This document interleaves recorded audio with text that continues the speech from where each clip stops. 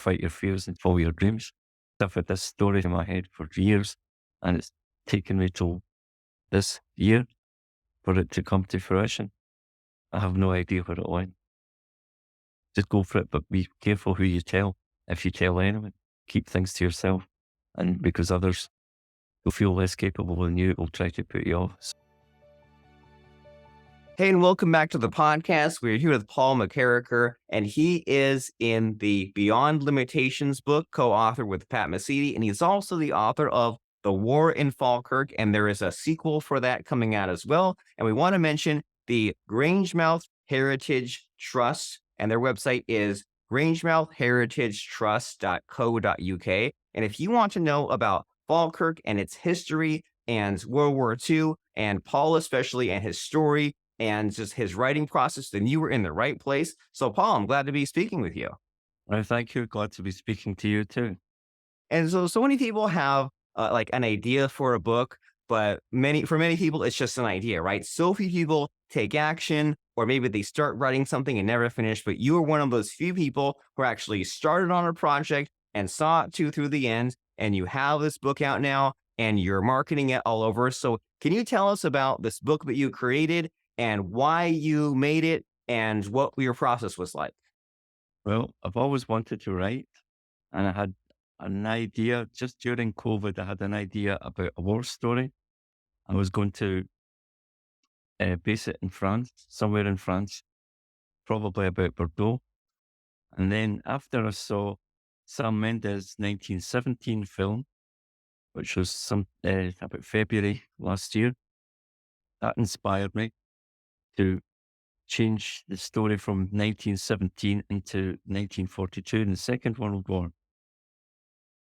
So I then decided not to have it in France. At first I was going to have it in London, then I chose Edinburgh, which is more local to me. It's nearby the town where I work.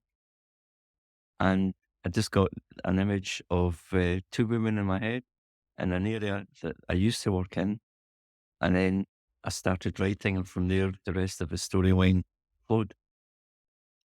And so I wrote I think it was about a month it took me to write the story.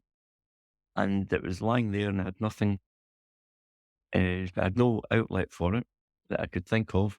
And then Andrew Reynolds contacted me, and he is a millionaire, a British millionaire, and he does his best to give back to the people who have invested in him. And one of his features was Pat Mesiti. I already knew about Pat, and I decided I was going to go for it. So I signed up, and through Pat and his ventures, he gave me the opportunity to get my story published. And from there, I was, after the first publication, everyone seemed pleased about it. And then yourself, Robert Plank, asked me to write a sequel within, I think, about the first month of the publication. And I wasn't expecting that, but it's like my mind was numb for 24 hours. Then the next day I kept getting an image in my head, which was the starting point of a story. And once I described what I had in my head, the rest of the story, like the first one, flowed. And every day I got new ideas and just added bits to it and expanded the actual storyline and plot until it completed. So that was essentially how it all came about. And why did I write it? Well, in Grangemouth, we have an oil terminal there. It used to be BP, but it's now INEOS. And that, during the Second World War, was an airfield. And I don't think it's well known that it was an airfield. And a lot of Polish pilots were trained there. And so the combination of the British and the Polish there, they got involved in the war a lot. And there's an actual Spitfire there in Grangemouth. And that is to signify as a thank you for everything, for their efforts, the World War II efforts. And also in Edinburgh, which is the sequel, It's now used as a commercial airport, but it used to be used as an airfield during the war. It also has a Spitfire there in memory of those who were fighting during the war. And I didn't think that airport was known well enough for how it was involved in the war. So what I did was put these two airfields, the RAF airfields, into stories to highlight them and to get it known to the wider public. And it worked perfectly in the plot that I used. And so So, that this sounds like a lot of fun as far as hearing about your writing process, because you mentioned things about kind of playing around in your head about, well, where should the setting be and where should the time be? And then you said a little bit about how there was like some like daydreaming or night dreaming about just like visuals that came into your head. And then you like threw in and played around with like different what would characters be in that situation, and then you visited these physical locations and thought, well, when I'm looking at what's now a museum or what's now a commercial airfield, what was that like decades ago? And then you can kind of combine all those different ingredients, and it sounds like a lot of fun because you can bring awareness to some of these old historical landmarks, but it's in a fun way. Because if you just say, well, here's the history of this airfield, like that's okay if you're seeking that information, but it's kind of a dry subject on its own. But if you add in planes flying and gunfire and World War II and spies, then that now it's exciting, and it's a way for the public who maybe would not have looked into these historical landmarks to kind of get and wrapped up in the story and find out about it because they're just following along with the plot. So it's a fun formula that you've created here.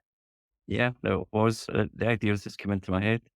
And I would go along with one idea, and then somebody would say something or I'd read something like that, and it triggered something in my head. And I would add it to the plot and just develop things around there. And the link to Grangemouth Heritage Trust is that they promote Grangemouth, and they have an actual a model of the airfield as it was during World War II. And they have a lot of artifacts from that time and even before then in the actual Heritage Trust, which is free to visit. And the only thing they ask is if you write in the visitor's book, and also just a small donation if you can, whatever it is that you can donate, so to keep the upkeep. And people who, the volunteers who go there are like retired men, and that's all I've seen so far. And they go there and they spend their time hoping that people will visit. And as I say, I've visited a few times and get good information from them. Some basic, and then I just develop my storyline from the basic that they gave me, and, and which was more relevant in the sequel rather than the first one, the first story. You were able to better use the material in that second book. Yeah. And so like, you're making me think about when I was a kid, they would take us on field trips to like this or that historical museum, and it was just kind of okay. But then when I was an adult, sometimes just for fun, one time I visited like an aircraft carrier, and it was fun just to kind of go into the history, and they would have like retired like Navy guys with like the hat, and they'd served on that aircraft carrier like 40 years ago, and they'd show like actual fighter jets sitting there that were not in use now, but decades ago were actually like flown in wars and had gunfire, and it was a lot of fun, and it's hard to describe unless you've gone through it yourself, just to see part of the history and to like look at and to talk to these things that really happened. Yeah, that's true. There's a lot more history there in the Heritage Trust than I expected. And as I say, I combined that with my imagination, and well, I created the two stories. The only was expecting one, and the sequel, I wasn't expecting that at all, but it's come together. And Grangemouth was seen in a different light now to those who read it. Well, yeah, like you had one story and it led to another. And so as far as you kind of creating these stories, how how accurate is it? Like, did you say like it's somewhat historically accurate, but then you also like took your own creative liberties? Is it 100% fiction? Is it 100% real? Like, how do you play with how real to make it or how creative and fun to make it? Well, I used my imagination, and from because I used to live in Grangemouth, so I had a fair idea about the place. Um, I also knew that when they put the Spitfire there, they were trying to promote the area, and they couldn't think of any other way apart from putting the Spitfire. And I'm trying to add an extra element to it by including it in a story, which I don't think it's ever been done before. And the year I wrote, I chose 1942, just came out of nowhere.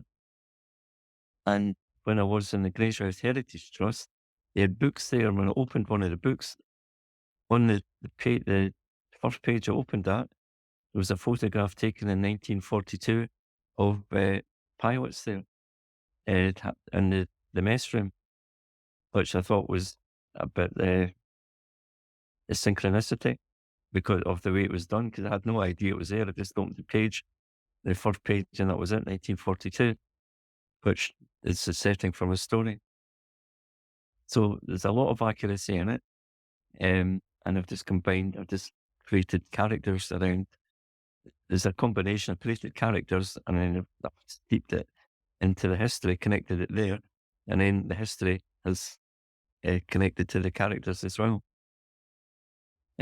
So the- these are these are things I've done. Plus, I found out after I'd written that there had been something actually similar in history had happened in that area, and I had no idea about it, none at all. And I'd written everything just using my imagination.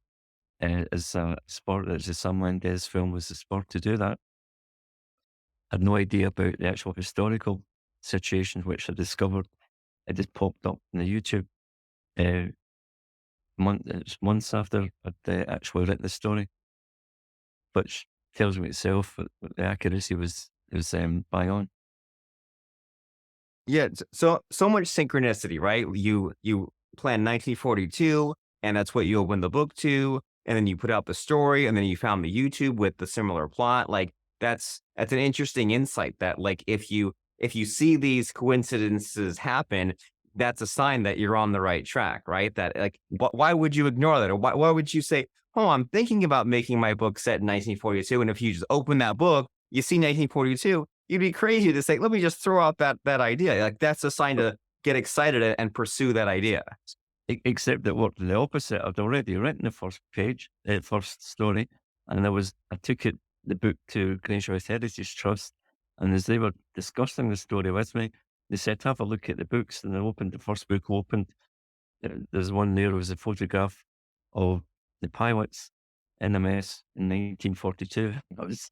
That was the first page I opened it at. I thought, wow, but as you said, what a synchronicity. Yeah. So I had tuned in perfectly. And so what's also interesting here is that other people are involved because many times, you know, authors just kind of shut themselves in and isolate themselves and just kind of don't talk or share with anyone. And they just are sitting in their cave writing the pages. But what you've been telling me about how you're working with the Grangemouth Heritage and there's we're getting the book in libraries and you're autographing the book for other people and it's like the feedback from people about your book, it has encouraged you to write the sequel. So can you tell us a little bit about that, about the the people and the organizations that you're talking to in order to get the word out about your book? Well, the Grangemouth Heritage Trust, I knew they were looking for an outlet to promote Grangemouth more. Uh, and rather than them just being, the way I understand it, static in there, and they link with Falkirk Council, the historians in Falkirk Council, they all have a connection, which I didn't know until I was at the Grangehouse Heritage Trust, and they've read it as well. I've no idea what the feedback was, but nobody said anything bad against it. And the people who I knew personally, when I mentioned it to them, they were interested in it.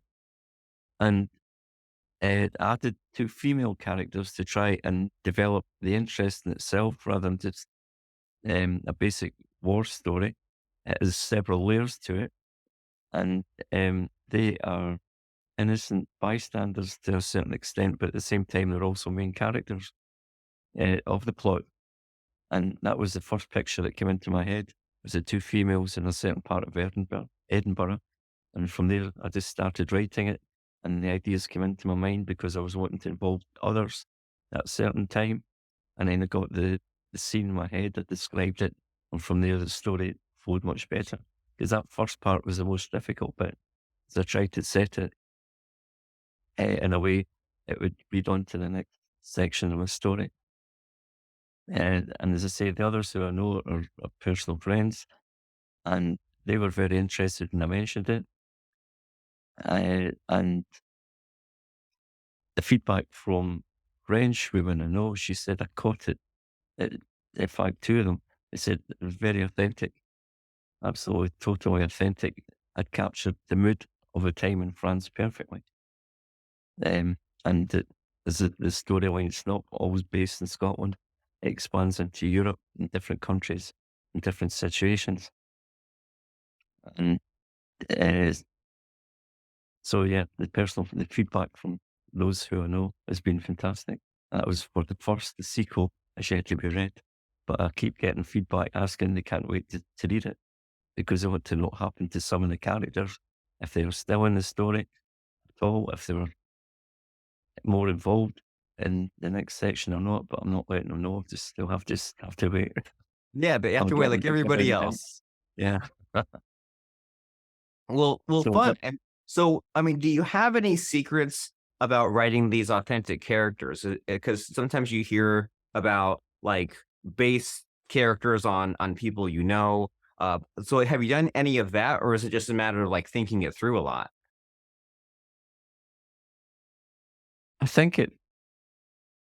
I think it through a lot. I just get ideas in my head about a certain character, and then I try to develop it from there. Uh, it gets a bit more human in some aspects in the sequel than I have it in what I recall from the first one. Uh,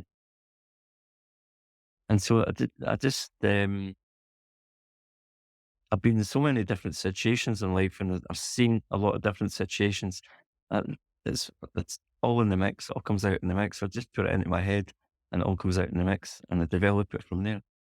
It's just different situations I've seen and I know, and things I've seen on TV and so on. And I just mix a lot of it, and what I put in paper is the way I interpret it in my mind.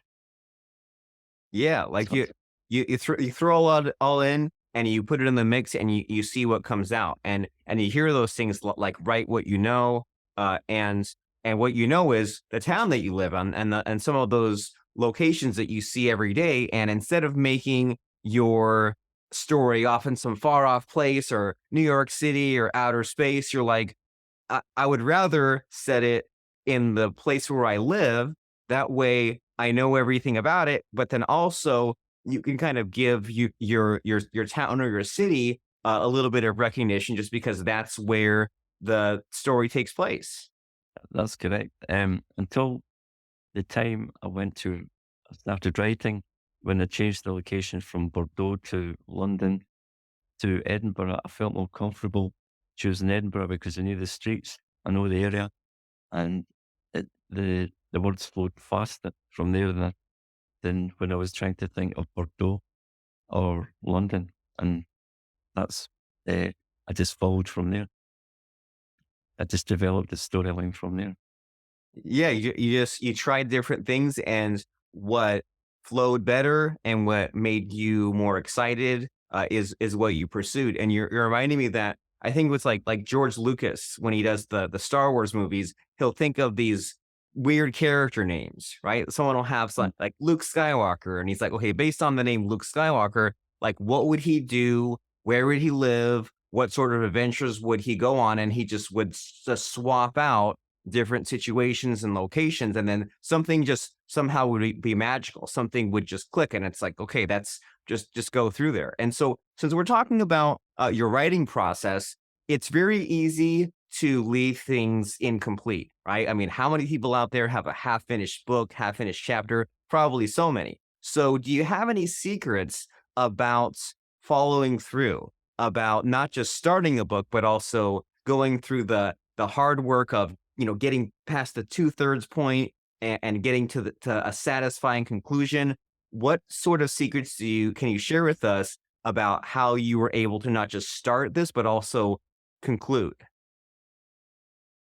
It's been something that's like a driving force I've had for years, and I didn't feel fully satisfied until I completed the story. And then, like I say, the synchronicities, as you've mentioned earlier, when I'd written it, I had nowhere to go, and I couldn't think of what to do with it. And then that's when Andrew Reynolds stepped in, and he gave me opportunity to link with Pat Mesiti, who I already knew because I'd been to Andrew's conventions, and Pat was there. And I knew immediately that Pat was a man who can get things done for you, provided you give the input. And so I took the chance. He gave several options of ways that you can make life better for you. And then when it came to the story writing, I knew that was the one I wanted to pursue. And that's what I did. And so the whole combination, the whole synchronicity, like I've mentioned, from the inspiration after the Sam Mendes film to moving it on from First World War to the Second World War to Andrew Reynolds contacting me, and neither of them knew about the story.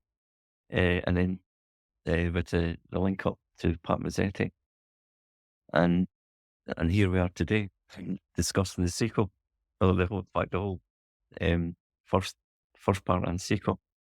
So don't give up. Mainly just don't give up. If you got the story, write it, and you never know what's going to happen in the future. Yeah, Uh, and so many people think about like a plot as something that is fiction or something that's in a book, but I mean, your own plot was thing to thing, and it never is in a straight line. It's just like one event led to the next, and it ends up being this really interesting journey of all these unexpected twists and turns. And it was just a matter of you could have easily ignored things or said no, but you pursued these different opportunities, and you said, "Here's my goal. I want to tell this story, but I also know I can't do it alone. And I see this opportunity in front of me. So I will take it and I will seize the day." yeah, because I think there's been a lot of synchronicities in the storyline, and I've had that several times in life, as I think other people have as well, whether or not they recognise it or not. Uh, I can't say, but I just know that it's like moving pieces on a board. It's that you start one bit and you can never tell what's happening somewhere else, and then they combine somewhere along the line, and that's the way my storylines have gone. And who And even knows? Who knows if that's your subconscious or the universe or just random chance? But somehow things connect in that way without you even realizing it. And so it's an amazing process you've been on. 200% success because you didn't only finish the first book, but now you finished the sequel. But what's worked out really well for you is getting more attention about Falkirk and about the Grangemouth Heritage Trust and about all these kind of historical locations. So, in our final few minutes of our conversation here, Paul, can you tell us what people who live in the area or visiting the area or just want to know about your area should know about history and museums and where they should go to dive into this more? well, the modern invention that we have is the Falkirk wheel, and it transports boats from one canal to another. It has, I think, hourly trips there as well. You can go to, and also Santa goes there at Christmas, so they have something for the children. Nearby in Linlithgow, when you can go there, you can go on a boat trip that takes you along the canal to the Falkirk wheel and back again, which is much longer than the actual boat trip on the canal. Um, that is like the modern bit. Uh, it's created. It's the Falkirk wheel is massive, but it doesn't use a lot of power because it's used the Archimedes technique, which is like the displacement of water. There's more water in one section, which quickly and easily moves the boat from one level to the other. Uh, then in town for the historical side, you get Calendar Square and Calendar Park. Sorry, Calendar House and Calendar Park. And that has the history of the area in it. They've also got the Kelpies as well, which is part of a network at Grangemouth, of the canal network at Grangemouth. It's two large horses' heads. It's Kelpies, which is mythical creatures that are supposed to eat humans. And they were made in memory of the horses who used to tow all the barges from east to west and vice versa. That was why the Kelpies horses' heads were chosen.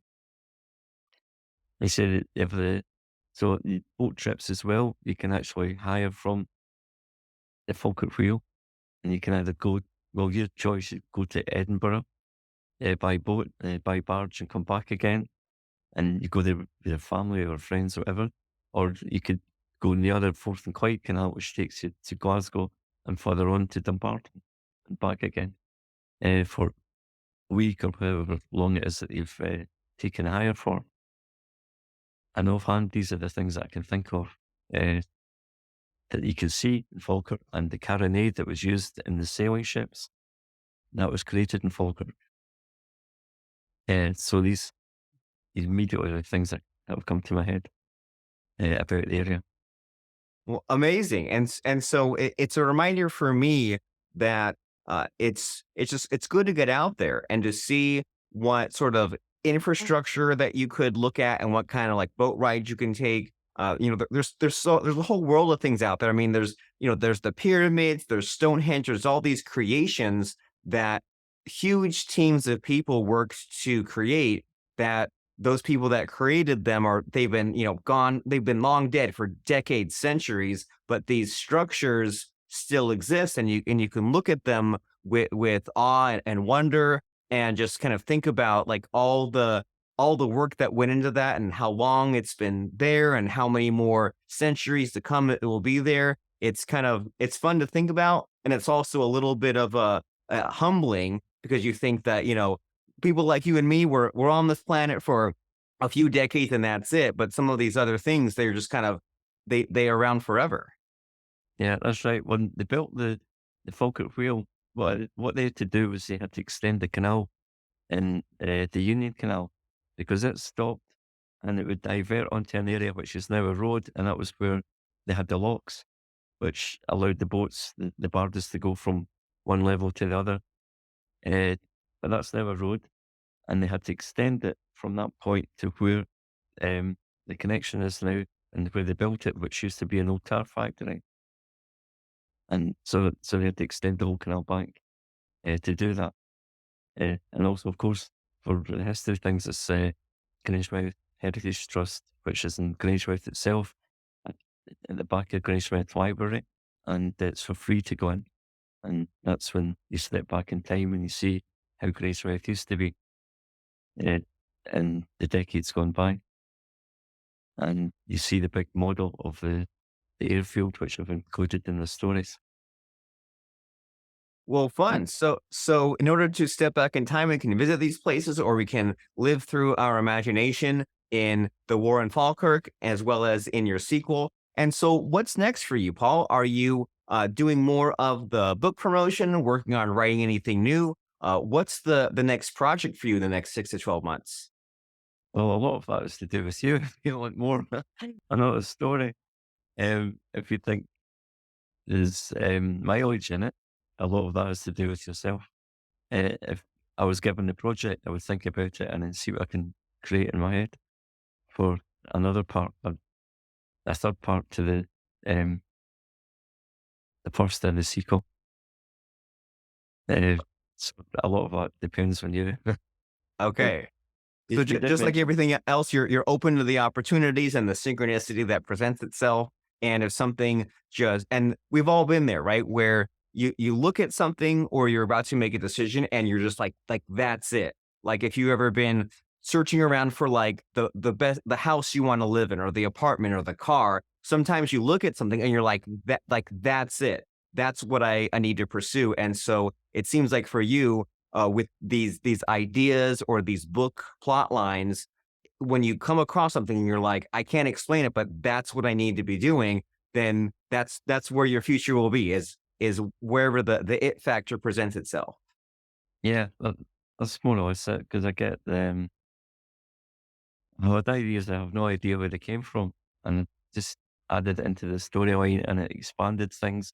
And as you said yourself, you described it perfectly when you got all the different inroads and outroads of plots, and you're not quite sure where it leads to, and then it connects further along. And that's exactly how I've seen life. Um, how I've seen life. My interpretation of the way that life has been for many people, and then I just applied it into the storylines and pursued one route, and it connected. I suddenly got an idea for something else, and it branched off there, and then further on, it all connects again. And that question there of where do ideas come from? I mean, no one knows. We'll never know. They've been searching for those sorts of answers since Greek times, modern times, caveman times. No one knows where the ideas come from. About if, but the question is, will you pursue that idea or not? And so, as we're wrapping up our conversation here, Paul, something that comes to mind is like, do you have any like sort of just like general life advice? Because like you've said, you've seen a lot, you know a lot, you've been on so many adventures, and the next generation of kids, or the even further generation that hasn't even been born yet, they're always looking for what you've learned, and what you can pass on, and what just sort of just like tips and life advice there is. So does anything come to mind for you as far as like your profound life advice, or like what would you have told yourself at age 10 or age 20, just about living and being fulfilled, and being happy and productive in general? Does anything come to mind as far as just this profound life advice? Oh, you got to fight the fear. There's always negatives. A lot of things that I would do, I would keep to myself, because if you let too many others know, and they get jealous, they won't admit the jealousy, but they'll try to put you off with a lot of negativity. They'll tell you that it'll be a failure before you even start, because they don't think that they are capable of doing it.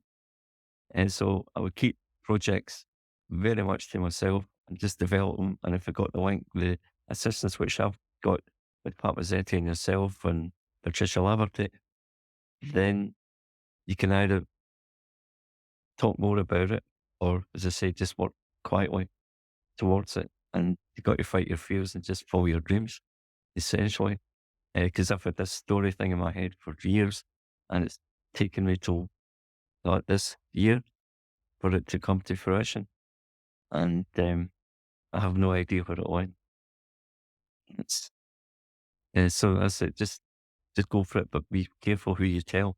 If you tell anyone, just keep things to yourself. And because others will feel less capable than you, will do. Many will try to put you off. So just work on projects quietly, I think, is one of the best ways to do it. I love it. Work on projects quietly until it's complete, and then put it out there. You say, fight the fear and follow your dreams. And Yeah. you remind me of, there's some sort of a saying that they say, like, there's two ways to have the tallest building in town. Either you can work hard and like build something that's super tall, or knock everyone else's building down. And unfortunately, some people are mean and nasty, and they don't even know what they're doing, and they'll just insult and degrade and be negative to everyone else to make them more miserable than they are. So they say, look, my building's the tallest. I knocked down all the other ones. And and it seems like it's tough to sometimes identify those people or identify those behaviors and say, like, well, I need to not pursue with that, or I need to not deal with that person. And my wife said something a month or two ago to me, where there was some situation, and she said that says more about the person than you, right? If someone is mean to you, then the real lesson is, well, that person who's being mean, that's the lesson you should learn. Like, you're fine. Don't take their negativity and say, oh, I need to learn about myself. No, they're the ones that are showing you how bad they are with their bad behavior towards you. So like, choose your friends wisely, right? You are the person that you surround yourself with, and you've mentioned these people that have helped you a lot, like Andrew Reynolds, Patricia Laverty, Pat Mesiti, and of course the people at Grangemouth Heritage Trust and your close friends, Sir Arthur Conan Doyle Library, etc. Mm. And so this is something to deeply think about. Anyone that has, for example, a book inside of them or an idea such as yours, the time is now, right? And life is too short to allow someone else to kind of to mess with you in that way. Just pursue forward, pursue your dreams, get it to kind of a workable finished product. And so, as we're wrapping up our conversation here, Paul, do you have any final thing to work in here? Anything you feel like we left out of the conversation, or just anything to just summarize what we said? Anything come to mind? It's your chance to put the last word in here.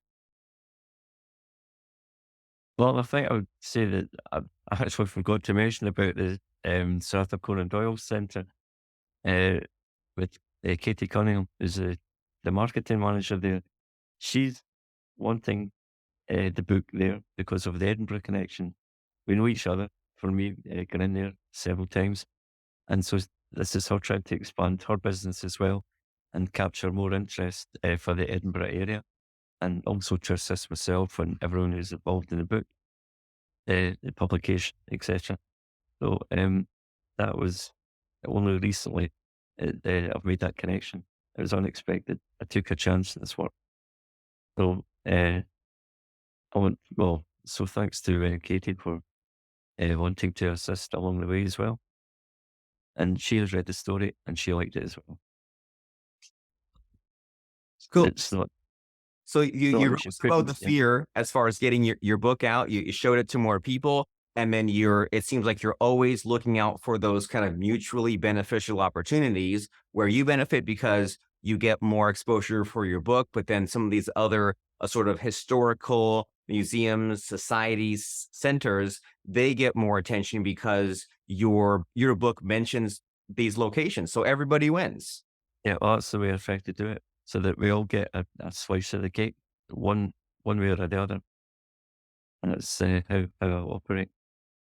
Well, fantastic. And so, you podcast listeners out there, if you want to get a copy of Paul's book, he is in our Beyond Limitations book, which you can find at beyondlimitationsbook.com, Grangemouth Heritage Trust.co.uk, and then Google search the Sir Arthur Conan Doyle Center. And also Google search Falkirk if you're ever in the area or you want to know more about that canal system or the air museum or any of those other undiscovered gems. It might be closer than you think. And there's always something down the street or in your neighborhood that you're just like, I can't believe this was here this whole time. I wonder what the history is. So your next vacation or visit to the Falkirk area, check out these locations and have a lot of fun and enjoy history, because it's there for you and you can choose to ignore, or you can learn from it and have fun with it. So yeah, it's been super wonderful talking with you, Paul. No, thank you. The same year, it was unexpected podcast, but yeah, it was good, But really you good. you embrace this opportunity. So anyone out Yeah, there, if you're hesitating about giving a speech, going on that first date, putting out a book, being on a podcast, whatever it is, don't overthink it too much. Just jump on this chance, because you might never get a chance again. So I applaud and I appreciate your bravery, Paul, in being open to even having the podcast with me and promoting your book. And that's what it's all about. So I appreciate you very much. well, thank you. Appreciate all the help I've been given along the way. So thank you to all. Awesome.